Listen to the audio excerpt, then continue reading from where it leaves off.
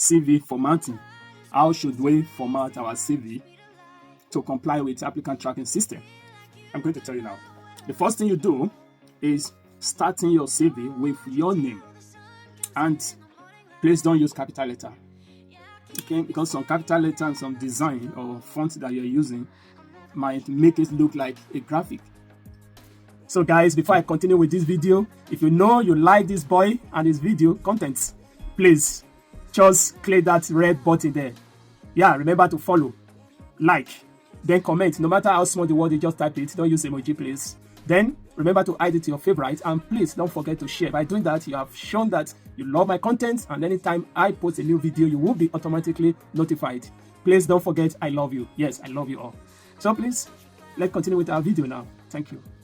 So it's not that it won't go, but it is better if you use small letter with each of your name starting with capital letter.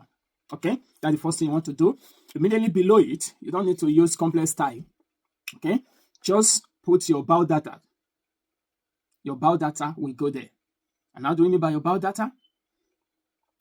You want to, one, put your address.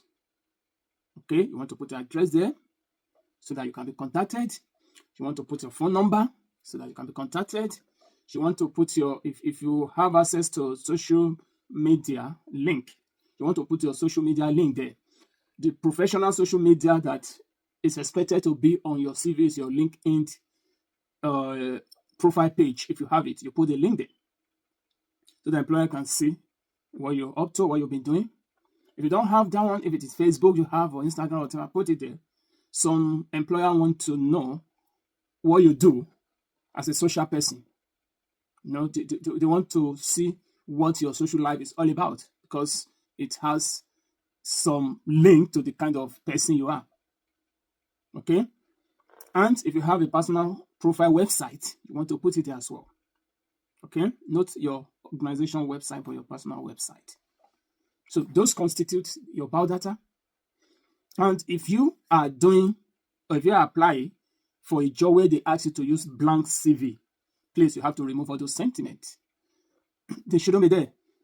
They will tell you to remove all identifiers. So you need to remove all identifiers. Everything I've been mentioning since are identifiers, from your name to the website and everything. Anything that can link that CV to you has to be removed. The other thing you need to remove identifier, when I proceed, I will mention it. Okay. Immediately after that, you have your first subheading coming up. Under the bio data, don't put bio data there. Just list those things below your name. The ATS knows what it means. It will capture it. Below them is where you have your first subheading or your first heading, which is your professional summary. Then you put the professional summary. I've mentioned how to do this when I was giving the 23 rules for ATS compliance CV development, the do's and don'ts. So you already know what is required. So you put that one as the next format.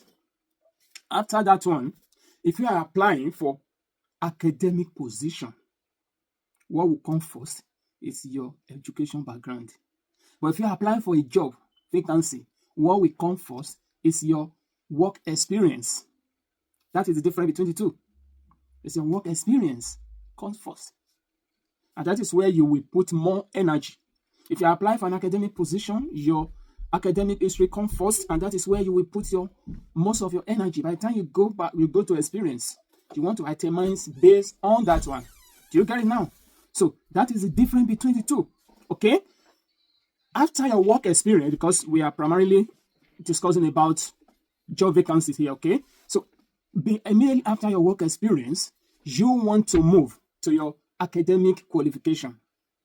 Okay? So that is the next stage. Now, let's continue.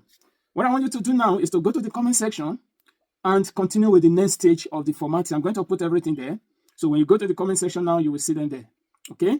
So that you can be able to familiarize yourself with the content. And that is how the format will be. In terms of summary, the first thing is your name in small letters, starting each of the names in capital. Then when you are to save that file, your CV, copy your name exactly and use it as the file name. Don't add anything to it. Move to the bio data where you put your address, your phone number, your social media link, and your website if you have any. Then you move to the next one, which is your professional summary. You put in 3 lines, no more than 3 lines. Then you move immediately to your work experience. And your work experience, it has its own peculiar format. Yes, your work experience has its own peculiar format. What comes first is your position, followed by the name of the company and time from when you start to when you finish. Okay? Immediately below that one, there's no heading. You put the job description, you itemize them in bullet points.